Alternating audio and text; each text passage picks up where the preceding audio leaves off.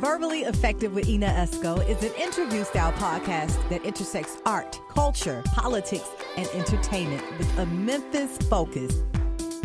Each week, I'm joined by a featured guest with roots in Memphis. Verbally Effective delves into each guest's personal journey to uncover the incredible stories fueling their purpose, the highs and lows of their pursuits, and how through their passion, they are moving the culture forward. Be sure to follow Verbally Effective and Ina Esco on Instagram. Also, download the Verbally Effective podcast on SoundCloud, iTunes, and Google Play Music. Don't forget to check out the website and submit to be a guest at verballyeffective.com.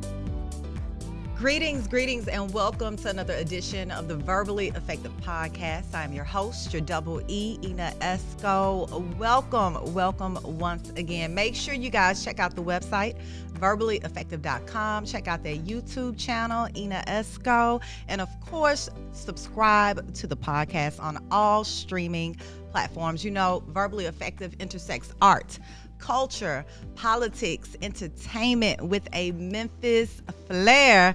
And today I have with me a designer, a creative director, a space creator, and the owner of Inkwell Cocktail Bar. I'm talking about Ben Colar. What's up, Ben?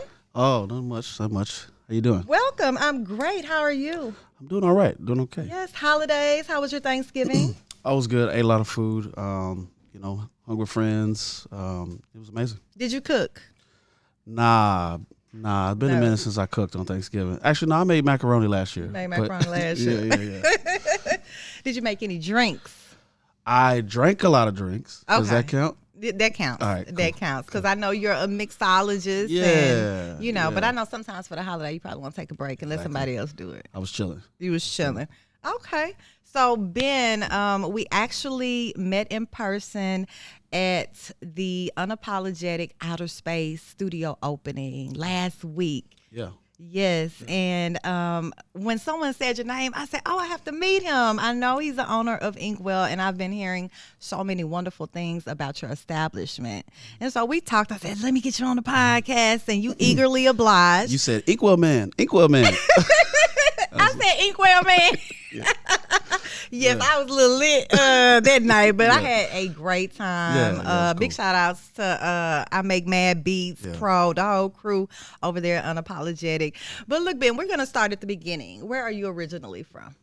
So I'm originally from Southside Chicago. I was born on 81st and Emerald. Born and raised there, and ended up in Memphis in 2002. In 2002. Let's stay in Southside Chicago for a minute. Okay. Tell me about growing up in Chicago. I've never been there. Heard so many great things about Chicago. A lot of people tell me that Chicago and Memphis are like sister cities. Mm-hmm. I mean, you can validate that for me or not, but tell me about your experience growing up there. Yeah, I mean, I had a very specific experience. Obviously, Chicago's really big. So growing up on the South Side, and specifically the part of the South Side that I grew up on, I have a big family. My mother has 7 kids, 6 boys, 1 girl. 6 boys, 1 girl. Yep. All of our names start with a B except Lloyd. Why Lloyd don't have a B? That's my father's name. Okay, gotcha. But a lot of my time as a kid in Chicago was around my family, and we grew up in church, so it was basically church and family. So we mostly stayed out of trouble, But yeah, I mean, it was typical sort of childhood, just a few things we had to sort of be careful with, and went to the park every day, played basketball, things like that. Were you brothers very protective of the girl? Honestly, my sister is tougher than all the boys. Gotcha. Like, she the toughest. She could hold her own. She's towards the oldest. She had a couple of my brothers are older than her, but she's honestly tougher than them. If they see this. And where do you fall in that 1 through 7? So I'm 5th. So 5th. 5th from the top. Gotcha. And a lot of people say that, like I said before, there are a lot of similarities with Memphis and Yeah, Chicago. yeah. What would you say are the biggest similarities between Memphis and Chicago? Well, there's a lot of deep culture in both cities. Chicago is weird because it's big, but everybody knows everybody, kind of, or at least is In that big city? 1 degree of separation. At least everybody's somebody cousin. And I'm again specifically speaking about the South Side experience. There's all types of all different places in Chicago, but so that aspect, obviously music. As a kid, people in Chicago liked Memphis music. Also like New Orleans, like No Limit. That was when that was popping. But yeah, I would say like the culture and sort of the fact that most people know, someone that someone else knows. And then there are a lot of people that move from Memphis to Chicago, I've heard. Yeah, and that's the other Both thing. ways. If you live here, you got a cousin in Memphis or in Chicago. If you live in Chicago, you got a cousin in Memphis. So I mean, I've a lot of people that I went to high school with, will tell me like, oh yeah, I got an auntie up there, I got a grandma, and so yeah, I think that sort of connection has always been there. Do you go there often? Not lately. I mean, it's probably down to like one time a year at this point, but yeah, I mean, I used to go all the time. Most of my family are now kind of spread out. Like, they're not all on the south side. Some are on the south suburbs. Most of them moved to Indiana because it's cheaper now. Yeah. But yeah, I try to get back as much as I can. Okay. And when you were, let's just say in high school, what high school did you attend in Chicago? CVS. It's actually not called that anymore, but Okay. Chicago Vocational School. But now it's called Chicago Vocational Career Academy. But I don't mess with that. You don't mess with that, the new CVS. one. Yeah. I understand. Yeah, I CVS, understand. What were you into in high school? Like, what was your thing? Were you involved in? Yeah. Passionate about? I played a lot of basketball. Like you couldn't tell me I wasn't going to the NBA basically up Right. until Who sophomore were you, year a of high point school. guard? I was just bad at basketball. Like, I wasn't bad. I wasn't bad, but I wasn't like that good. I was probably more of a shooting guard, but I was short, so that didn't work. You know what I mean? But I would say basketball. I did a lot of like drawing as a kid too. I had like this binder that I would do a lot of drawing in, and sort of once computers started to come around in high school, I found myself doing a lot of art and stuff on a computer. So I knew that there was some, something creative in me pretty early. I knew I wanted to do something that had to do with art at some point.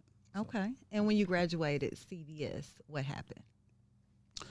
When I graduated CVS, so actually, so CVS stands for Chicago Vocational School. So we had majors, and so my major was commercial art, and basically all during the class we would just either draw like different things that are sitting on the table, or go to the computer lab and do computer art. So the teacher had this connection with two schools, Columbus College of Art and Design in Ohio, and Memphis College of Art. So what he would do is say every year he would say, give me this certain amount of money, I'll take pictures of all your work, make slides, and send them to both of those schools, and it covers the application fee and all that, and they'll review it and see if you can get a scholarship. So I did that, and I got a scholarship to both places. It wasn't that much, It but it was something. a couple dollars. And actually thought I was going to go to Columbus College of Art and Design because I was interested in their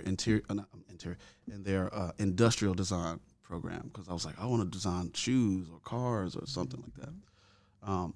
As I sort of got closer to the end, and talking to their financial aid and all that stuff, I realized like they were like double the price of Memphis College of Art. And so like literally at the last minute, like I called up MCA, that the school I already told them I wasn't going to, and I was like, hey, I was actually thinking about coming through, and they were like, yeah, like they were like really eager, and like found me a roommate, and like put everything together for me. But yeah, once I graduated, it was kind of a wake up call a little bit. Yes. High school was very much about, popularity and what you got, what you don't got. I wasn't a super popular dude in high school, and I certainly did not have anything. So, after high school, I remember the day going back to get my diploma, which I never got because I lost a book or something. But and I remember walking down this line. Excuse me. I remember walking down the long line of people who were waiting on their diploma, and at that moment, I was just like, man, I did all this work to try to impress all of them or gain respect, and it dawned on me none of that even mattered, man. I wasted all this time trying to impress this person, and we all at the same level. Yes. And so that was kind of a little bit of a wake up call when I left high school, and so from that point on, I decided that I wasn't going to spend most of my time trying to impress people or basically try to just make decisions for myself. So Right. And that was your beginning here in Memphis. Yeah. Memphis College of Art. Yes. Rest in peace. Oh, what was your immediate thoughts when you moved to Memphis? When you hit Memphis, oh man, what did you think about the culture? How did it look? The people? So that was it was my first time actually spending time in the South. And obviously when you don't live in the South, you see movies or music videos and you kind of have an idea of you think you have an idea of what it's like. And so when I got here, I was surprised that it was actually a lot like what I saw. What did they say about Memphis? What did anybody tell you about Memphis before you got here? So my mother used to come down here every year for the convocation, for the Kojic convocation. Okay. And so, thank you. Over here. Got frogs in my throat. So my mother came down here every year. So all I knew is that this is where the convocation was. Mm-hmm. And so, I didn't really know much about the culture. Also knew about, 3 6 Mafia because, my homies would listen to that a lot when we were in high school. But the little bits that I had got, I was like, yep, Kojic and 3 6. Kojic and 3 6. Yeah, go. When I saw a gold, I was tripping. I had never seen somebody with a gold. Jerry curls. Oh yeah, I went to the first week I moved here. I went to was it Southland Mall or in Whitehaven? Yeah, on Elvis Presley, Southland. Yeah, I went to that mall and I was looking around no, this legit. The South. Oh yeah, that's what you gonna see. Yeah, it was quite amazing. Still to this day. I hope they get their Christmas tree back too. I don't know what's going on with their Christmas tree, but so 2002 was the year. How was your experience at Memphis College of Art? It was dope. It was dope. Mostly because it was a time for me to become an adult, to try to form my thoughts and opinions, or just what I wanted to do with myself. Obviously, I didn't figure it all out then, but it because I'm there to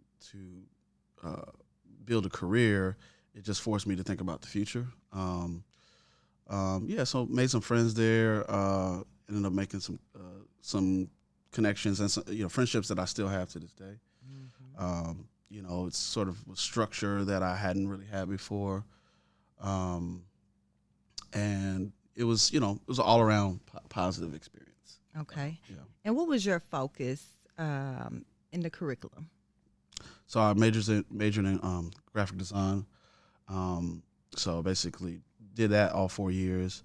I did take the small metals class. I was pretty much into that too. I didn't get the major in it because it was only 2 more classes I would have needed to take to actually double major, but I never took the other 2 classes. But so I like the idea of doing work on a computer, designing things, but also still doing things with my hands. And so that actually manifested itself a lot in my senior show that I had to do. It's basically the senior thesis, the art version of the senior thesis, where you create an art piece that gets displayed after graduation. And I built this sort of 3D installation that had graphic elements, that had metal and concrete and wow. And so, yeah, it was a lot of fun. Did you get rave reviews on it? Yeah. I bet you Yeah. did. I need to check it out. It sounds very interesting. Yeah, we had a strong class that year too. Like, Okay. being there all 4 years, I saw all the senior shows, and when our class graduated, it was like generally said that like this is one of the strongest like shows that they had seen in a while. So, not to toot my own horn. Toot your horn. That's what Verbally Effective is all Yeah. about. Now, when you completed Memphis College of Art, what was next for Ben Colar? So before I graduated, I actually did an internship at a company called Red Deluxe, and so that was actually my first first career job.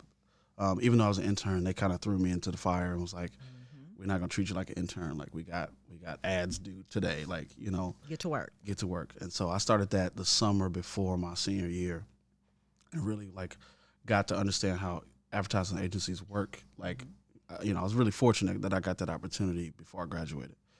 And so I was working there, and then I moved to Philadelphia pretty much right after I graduated to sort of, see what the big city was like, and didn't find a job. Okay, so you moved there without a job. You was like, Without I'm a going to job. Philly, man. Without a job, but I was able to do freelance for like 2 years, and actually, the freelance actually kind of got lit there for a second.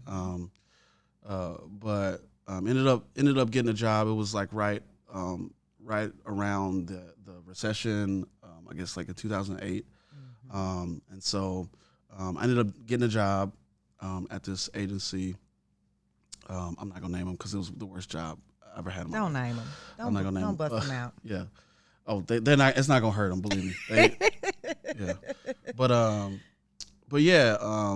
Was working there, and then the place that I interned at when I was here, they had a person leave, and they said, hey, like, and honestly, they had been trying to get me to come back like a few times since I left, but that last time, I was sitting there at this job, that I was not feeling, and part of me is just like, oh, it looks like I gave up. If it's like I went to the East Coast or whatever and gave up and came back to Memphis.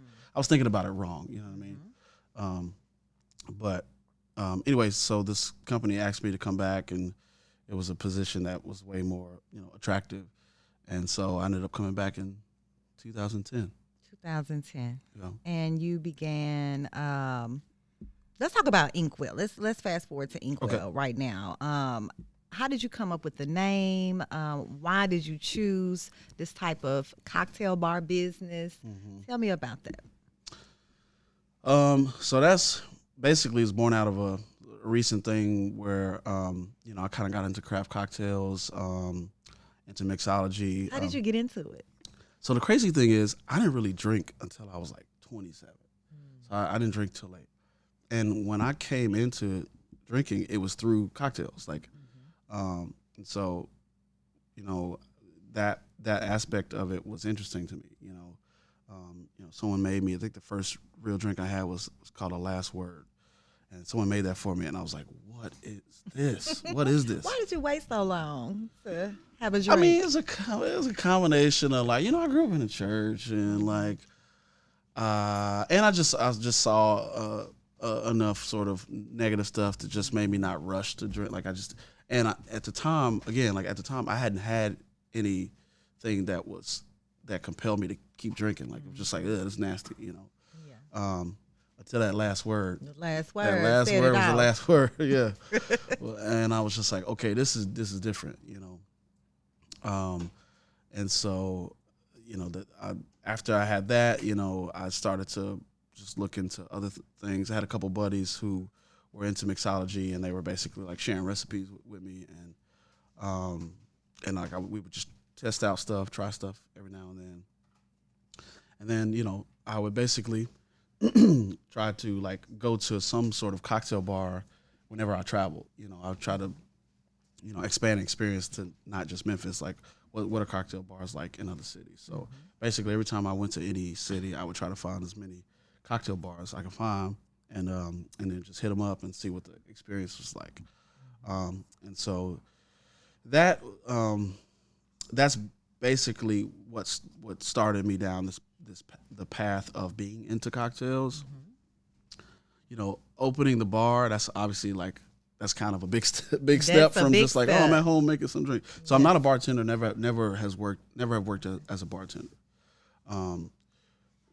But I felt like I knew enough to be dangerous. Is that a good thing or bad? That's a great thing. Okay, I knew enough to be dangerous, and so I basically, after having so many experiences at bars, there were some things that I had noticed. The craft cocktail space is kind of is dominated by white males, and you know, as a person that's not a white male, you know, when I would go to different cocktail bars, I would notice that I would have to like adjust myself to make sure so that they respect me enough to give me the thing that I'm asking for. You know, so there was a lot of situations where I would go to the bar and ask for a cocktail, and they would, you know that has this in it, right? You know that's gonna taste like this, a little bitter. And I would like, no, I know what that is. Can you make the drink I asked you for? You know, and that happened all the time actually. Okay. You know, there's a drink called the Classic Daiquiri, which is 2 ounces rum, 1 ounce lime, 1 ounce simple syrup. Well, you know, whenever I would go ask for daiquiri, they would think I would be asking for like the frozen John at Applebee's, you know. So I was like, yeah, I'll take a daiquiri, and they were like, oh, we don't have a blender. And I was like, I want a classic daiquiri, and they would just assume, you know what I mean, like I wanted something else because I was black, you know. And the other piece of that is for those who didn't order the smart drink, you know, they would just get treated bad, like we don't do that here, or you know, get an attitude. So, you know, I started to notice that, and like because I really like craft cocktails, I kind of just sort of said, well, this is just a part of it. This is just what I'm gonna have to deal with if I want to do this. You know, I just kind of accepted it, and basically during the pandemic, you know, sitting at home for a year, I was just thinking about what things were gonna be like when we got back out there, and obviously we had a lot of social unrest going on during that time, and I just sort of said like, yeah, when we get out of here, we need more options. Like we at least need one other option. And so like I remember thinking like, what are some options that we can, where some places that we can go that are different from where we've been going, you know. And I couldn't think of any. And I just was like, I think part of this was just like the craziness of being in the house for so long, you know, just sort of set in. I was just like, I could do anything, you know. Yeah. And so I was like, you know what, man, I'm gonna just work on opening a bar. And if I hit a wall, and I'll just, you know, and you know, say like I tried, but I never hit the wall. I mean, never hit the wall. So how did you come up with Inkwell as the name? Inkwell is okay. So the idea is that you have the pen, and the pen is out there, it's doing work, and then at some point the pen runs out of ink. It needs to go back to the well and refill, and then go back out there. So one big idea that I've been talking about in building this bar is this idea of rest, you know, rest and refilling. Oftentimes in bars, you know, there's this idea of let me sort of get myself up to go into this bar. Like I have to do these things first in order for me to enter this bar. And I wanted it to feel different. I wanted it to feel like you go out there, you drain, you got nothing, right? You ain't got no fancy clothes on, you know, your hair ain't did. Come in here, let us put that on you. Let us make you feel special. You don't have to like, you know, present yourself to a certain, you know, degree in order to enter. Like you don't have to earn entering into Inkwell.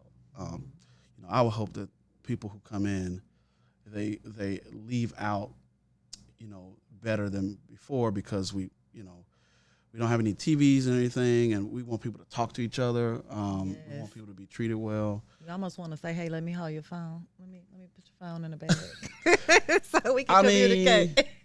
I mean, that would be crazy. Yeah, if we took everybody's phones. But no, you know, I mean, that's a part of it. Also want them sharing. Right. Let's promote Inkwell. But yeah, I mean, that was sort of the goal. And I think people are getting it. People they get there, and there's questions. When it first opened, there's like questions like, so you don't have hookah, like like stuff like that, where there's this expectation. But yeah, I think people are getting it. It's become sort of a break for some people who like the club life. I mean, I like going to the club, but sometimes sometimes you don't want to pay a cover. Sometimes you don't want to get patted down on the way in. Sometimes you just want to get in, have a drink, and leave. Sometimes you want to wear a hoodie, wear Jordans. So we can do all that at the Inkwell. Yes, and less distractions at the Inkwell. Yeah, I want people talking to each other. So. And you're out there in the Edge District. Why did you choose that location? Well, that was kind of a opportunity that came up while I was doing research for this. So my the creative agency I own is also in the Edge District. We had made a really good connection with the MMDC, the medical district collaborative that sort of houses the Edge District. And just we had a connection with them where they sort of had a finger on the pulse of what was coming online as far as property-wise, development-wise in the city. And, in my mind, I had always said that, like, when I open this bar, I don't think I want it on a strip. Like, I don't think I want it on South Main or in Cooper Young, over in the square. Like, I kind of wanted a place where people say, like, oh, I'm going to go to Inkwell. I don't know if I believe that now, cause, but that was the thought then, and so the opportunity came up, and it kind of was, felt pretty perfect, being across the street from Evelyn and Olive, and just sort of the resurgence of black business in that neighborhood. Between Evelyn and Olive, us, Chef Tam's is over there. Yeah. Very thriving. Yeah, and a few others. So I wanted to be a part of it, and I wanted to kind of be a flagship for that area. And, there's other things coming. There's some other things online, or coming online in next few years over there. And so, yeah, I just wanted to stay in that neighborhood. I love the Edge District. I love the medical district. Yeah, I like it too. And, your background with the advertising, the art, how did you incorporate your background into Inkwell, into the space? Well, I mean, after years of selling things to people, all types of people, I felt like I got a pretty good grasp on, how to do that type of work. So, I knew that Inkwell itself would be, a dope experience. Now the mission was, how do I convince all these people who never heard of me, first off, or a concept like this, that this is good, and so I basically try to use different strategies to introduce, the concept, and not just strategies. Like, I wanted to make it clear, like, this is why we exist. So first, like, I kind of led with the mission, like, we're a craft cocktail bar, in a city that is mostly black. Like, we want this bar to look more like Memphis than they usually do. We want a space that, that is comfortable to everybody, And so I led with that. There was a lot of, like, articles early, and sort of that mission is what got out first, like what I was trying to do got out first. And so I think, everyone was on board with that. And then obviously, I'm a graphic designer, and that's my background. And so I sort of brought that in too, did some design work. The logo itself is done by Amber Ahmad, who did the feather illustration, which I have tatted on me, actually. Okay. And so I basically brought that into it. And I think once I sort of put out the branding and did some photography, I think that's when people started to take it serious. They're like, oh, okay, this guy, this seems like a legit thing. And so I wanted to be intentional with that. Before we even opened, I would put out drink recipes and so yeah. And you guys have been really busy for the holiday. Yeah, we've been having a great week. I guess they thirsty this week. They thirsty. All that dry They're ass married. turkey. They're like, I don't want no more of this turkey, man. Let me get old fashioned. Now let me ask you this, Ben. Do you feel like, even with your background, as stated, do you have to be on social media all the time, or do you utilize your guests at Inkwell to do that for you, or is there a constant need to promote, especially with being a new business owner? Yeah. And just really getting your product out in front of people. Yeah, the top of mind, because it's a bar, the top of mind thing is important.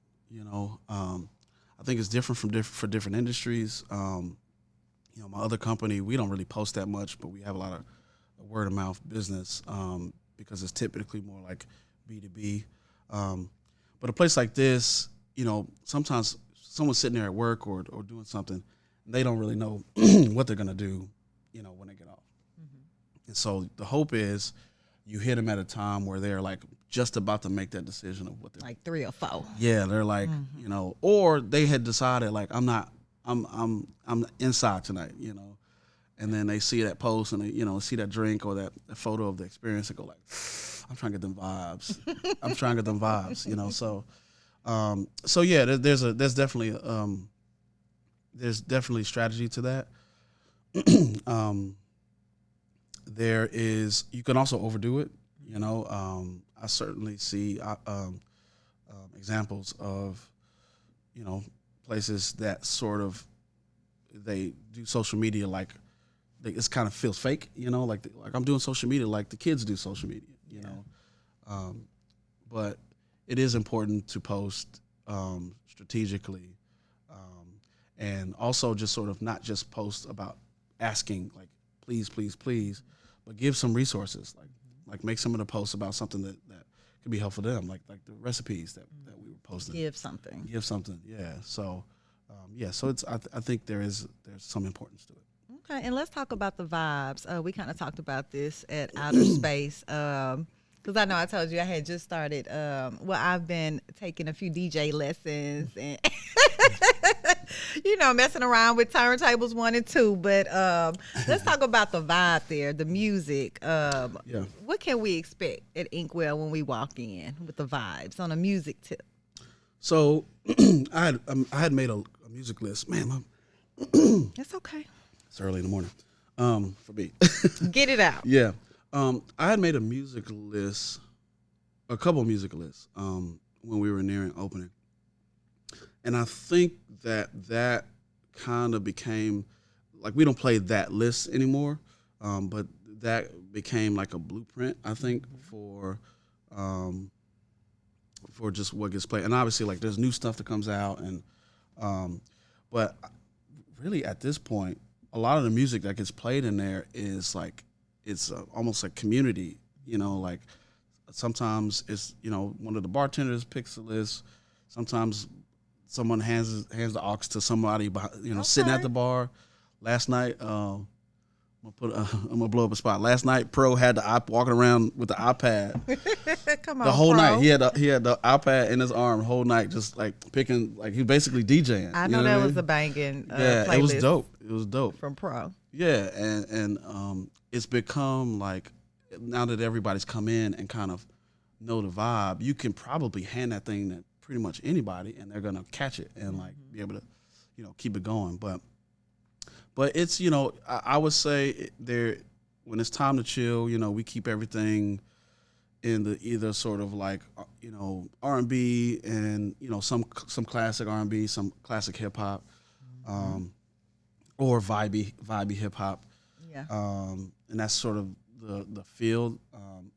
And then sometimes as it gets a little later in the night, some stuff that's a little bit more like turned up might. A little turn. Yeah, you gotta throw on a little turn for the folk. Yeah. Now, Memphis music has always been classic. Like, everyone has always picked up on Memphis music vibes. Now, what did you think what do you think about the Memphis music scene? I know you from Chicago, but when you got here, and even your thoughts today, we heavily Grammy nominated. Yeah. Okay. Oscar-winning music. Oscar-winning. You know what I mean? Yeah.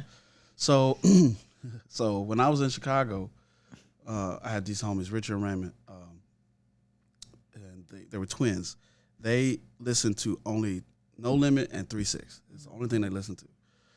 And at the time, again, I'm a little bit of an R&B dude, right? And I grew up in church, so like at the time I was and like, you singing. I be singing sometimes. I be singing. Okay. At the time, I didn't get it. You know what I mean? Like when I was in Chicago, I didn't really get it. You had to see it. Well, because that was born out of an experience, right?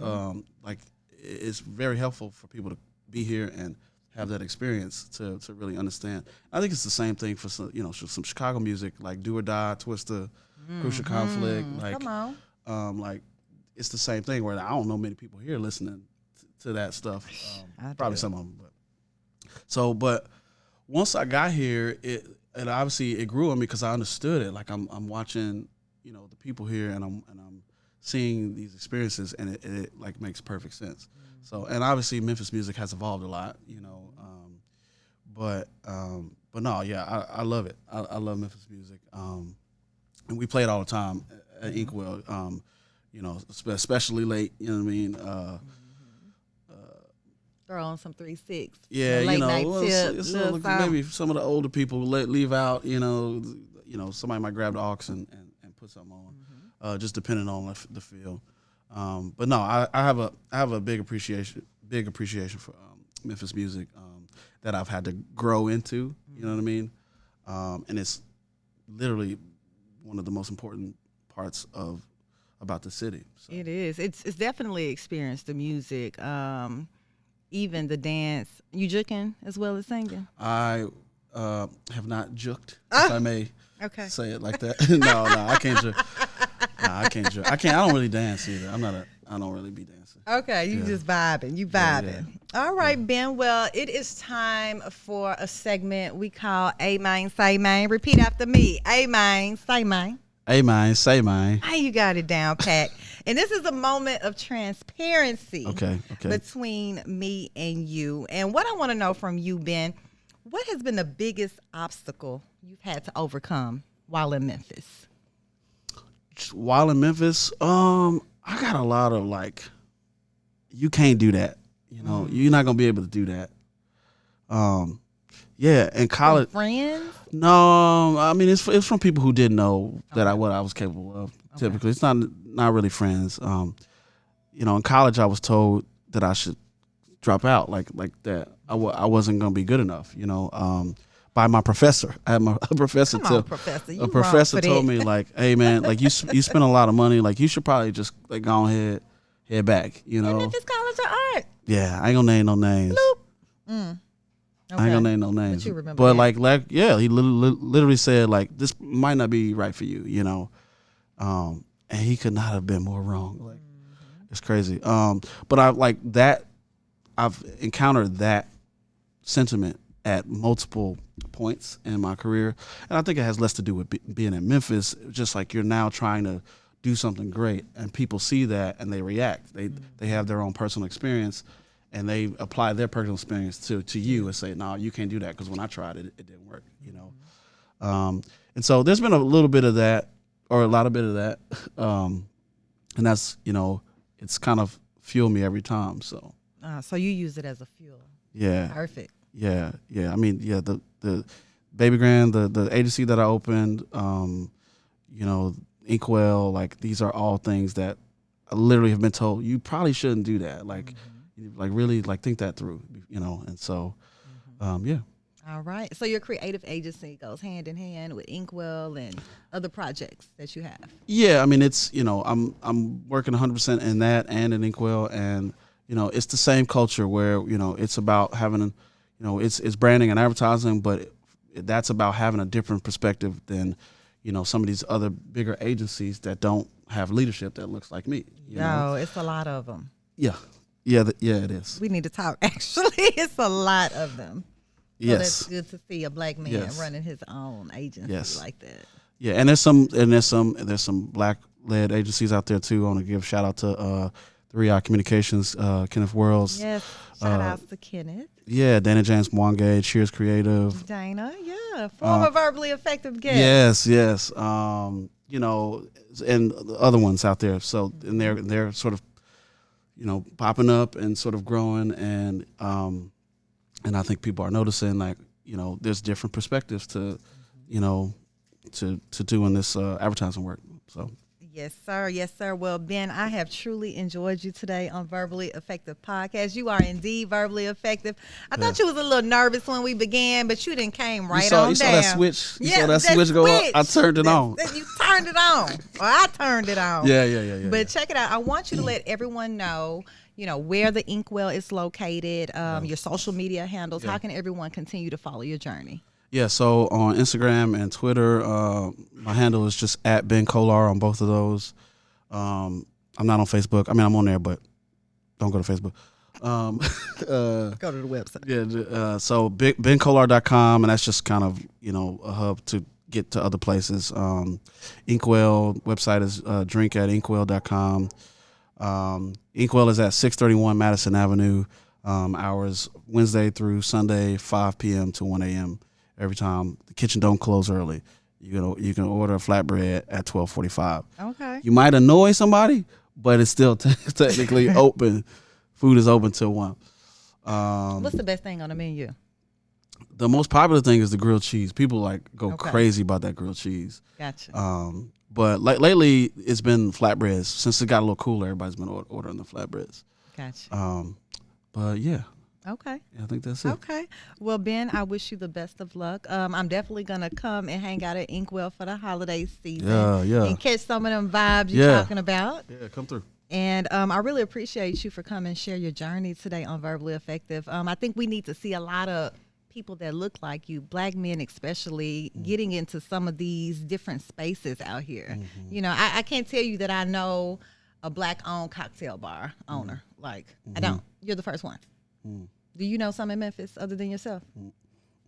Come on. Not craft cocktail bar. Not craft. Right. So I applaud you for even taking the risk with that venture. Thank you. Appreciate that. And thank you for coming on Verbally Effective. You guys check out my good guy right here, Ben Colar, originally from Southside Chicago, but he from Memphis, man. And he is the owner of the Inkwell Cocktail Bar out in the Edge District. Hey, guys, make sure you hit that subscribe button on Verbally Effective. Make sure you hit subscribe on that Ina Esco YouTube channel, and I'll see you guys next week. Happy holidays.